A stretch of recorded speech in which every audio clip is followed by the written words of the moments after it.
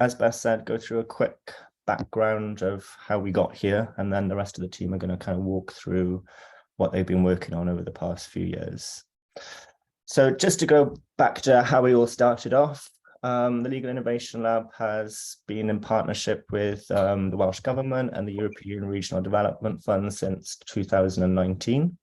So there's 3 separate pillars that we kind of focus on. One is through access to justice, which is supported by Swansea Law Clinic. The other is cybercrime and cyber terrorism, which is supported through SciTrack. And the other is legal tech, which is what we're going to be talking about today. So what is legal tech? So legal tech is also sometimes called law tech. The phrases are used interchangeably, and it's a term that we use to describe technology that supports the application of technology in the practice of law. So that could be through things such as smart contracts, which take out the kind of oversight and administration of contracts and have their own kind of trigger points in them. AI document review, so being able to analyze what documents are and pull them all together into specific repositories, and even the things like case analysis, so figuring out the best way for people to win cases that they're working on. So it's a very broad spectrum of technologies, and it's not just limited to those ones that I've talked about, but that's what we're going to be discussing today. So the mission of the lab is, as it says here, I might read it out to you. So about leveraging technologies such as blockchain, AI, smart contracts, and big data, as we just mentioned, to transform access to justice, provide data-driven support in decision-making, and to allow new and insightful ways to deliver tailored legal advice. So the way the lab has been funded is the first part of it was capital investment. So that was to develop the offices that you're all sitting in now, the facilities that we're all using. And that was kind of the first part of how the project kicked off. And then the second part of it is all the work that we're doing and working on at the moment. So the team itself is split into 3 kind of key areas. There's the core project team. So that consists of me, Beth, who just introduced herself, Judy, who is also at home today because her son is unwell with the same thing, Freya, who affectionately calls herself Project Grandma. She's the longest serving member of the team and the kind of fountain of historic knowledge, and Beth Eakins, who is our funding officer that does the research on bids, grants, and all the money that we generate to support our research. Then the research team itself, that's led up by Stefano, who is on the call remotely, and Livio, who's also on the call remotely, and then Madura, Sergios, and Tom, who are all quite new to the team. And then we're also supported quite uniquely by a software development team. So they kind of take some of the ideas that we have and develop them into prototypes. So just to bring those ideas to life. So Toby leads up that team, and then he's supported by Alaric and Amara. So I'm going to quickly hand over now to Freya, who's going to talk about kind of 2020 and the first few months of how the project started off.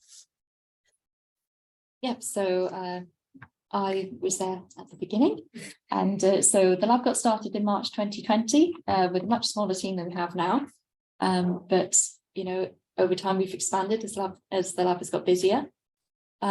We were in this lovely new space for just over a week before COVID hit. So we all transitioned to working from home, pretty seamless transition, which we're very proud of. And we got the project off the ground and started building our operations structure. As the year went on, we had our internal launch in June, welcoming colleagues to collaborate with us, as well as launching our website and our social media channels. We also had our first round of academic appointments in August, which welcomed Livio and a number of our SciTrack colleagues as well.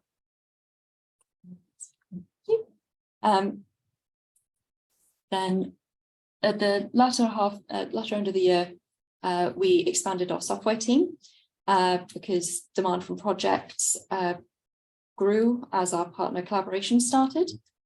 We also held our festive Christmas virtual tour, so at least people could see the lab even if they couldn't be in it, as a this brief pre-launch before we had our official launch in January 2021 with Jeremy Miles from Welsh Government hosting it.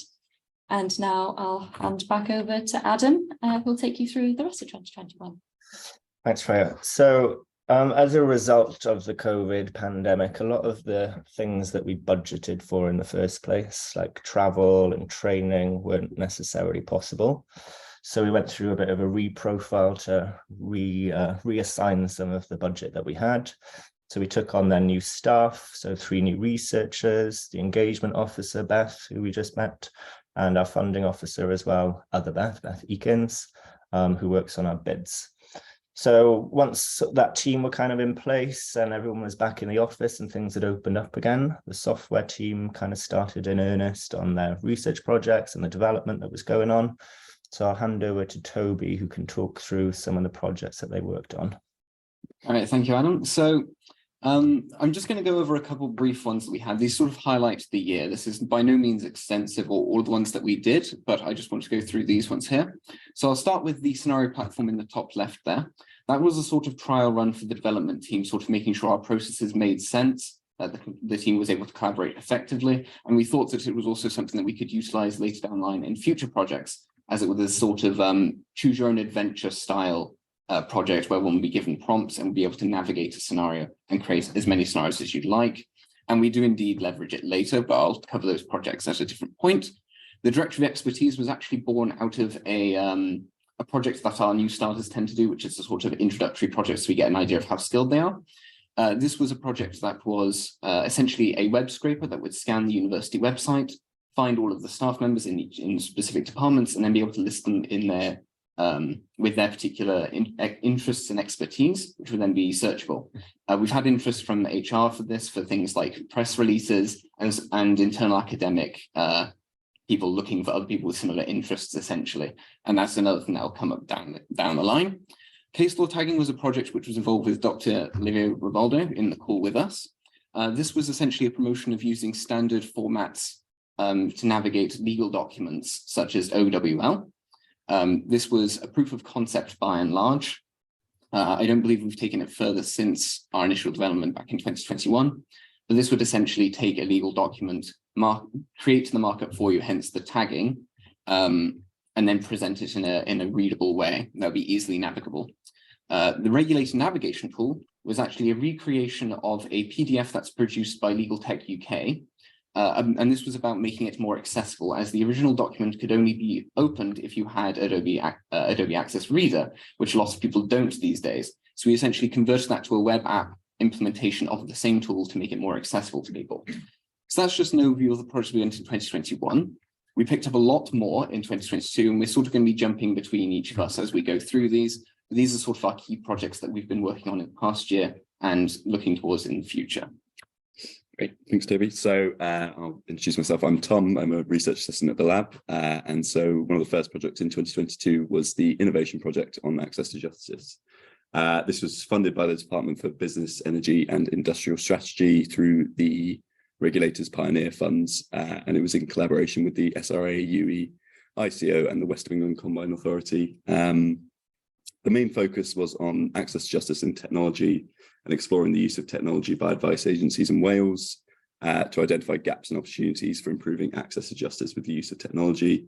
There was a series of workshops with advice agencies and an innovation challenge week, which resulted in 3 major outputs, which was a guide to the integration of translation services, a pro bono platform prototype, and a guide for the use of WhatsApp in legal services. So I'll hand over to Madhura to discuss our next project. Good afternoon, everyone. I'm Madhura. I'm one of the research assistants here. So I'm going to be talking about the Innovative Lawyers project. So this was a workshop conducted for trainee solicitors in collaboration with the Law Society and Acuity Law. So basically, even though law tech and legal tech adoption is increasing in the UK, there are still a lot of lawyers who are not trained in the technology itself, and there's that gap. So this workshop was a 9-week program, and it gave information on basics of legal tech, opportunities, challenges, and also delved a bit into depth on certain technologies like blockchain, AI, and how to develop no-cost AI tools with existing technologies.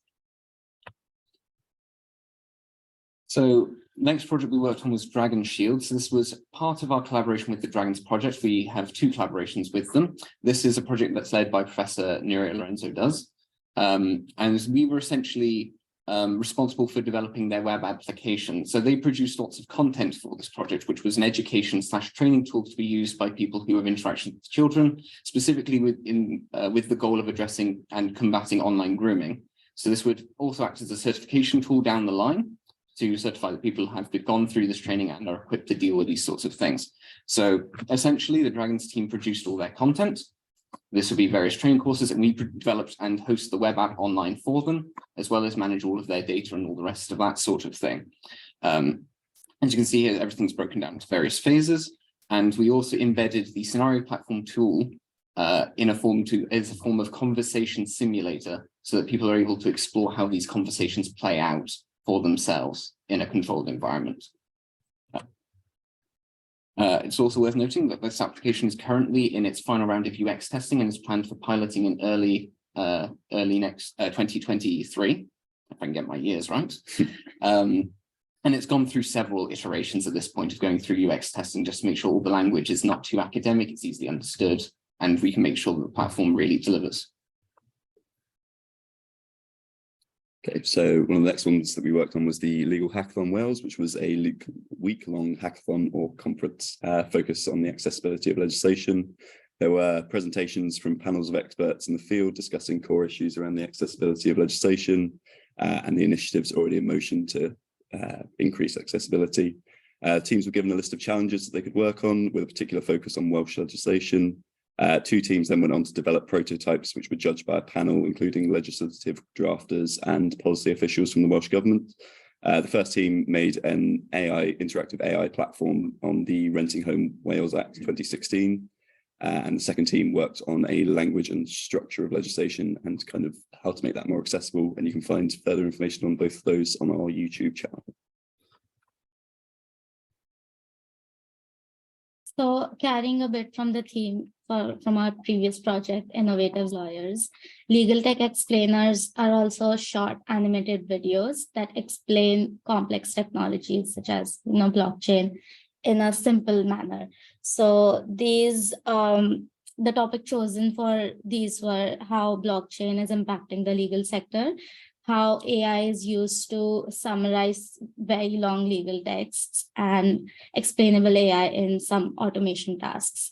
So these explainers will be launched this new year, and you all are welcome to join us when the workshop happens for them. So I'll just cover the Dragon Spotter now. So this is the other half of the same collaboration with the Dragons project, again headed by Professor Nerea Lorenzo Does, but this also has a collaboration with the University of Toulon. This is for a machine learning model. So this particular project is an analysis tool for use by police forces to help them better identify grooming conversations from extracted data of devices. So this could be a phone, a tablet, and it could be a Facebook set of messages. It could be just a standard messenger or Omegle or something like that. And this is essentially to help police forces find relevant parts of this extracted data without having to dredge through it all manually. So we were responsible for developing, again, the web application. So this would generate the reports, handles the importing of the conversations, the visualization of the tool, and all the user management with regards to that. The University of Toulon are responsible for the machine learning model, that is what actually classifies and scores all these conversations. This collaboration has been going on for quite some time. And here we have an example of what the actual web application looks like. This is, of course, all dummy data. You wouldn't want to necessarily see the real data considering the subject matter. But this project has also been in the works for quite some time and is currently being deployed with multiple police forces for its final round of testing before pilot.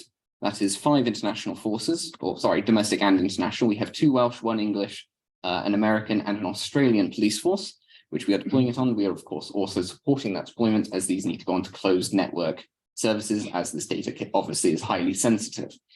I believe that's more or less it from the Dragon Spotter. But I do have another final project from our end as our projects. This is the Include Journey platform.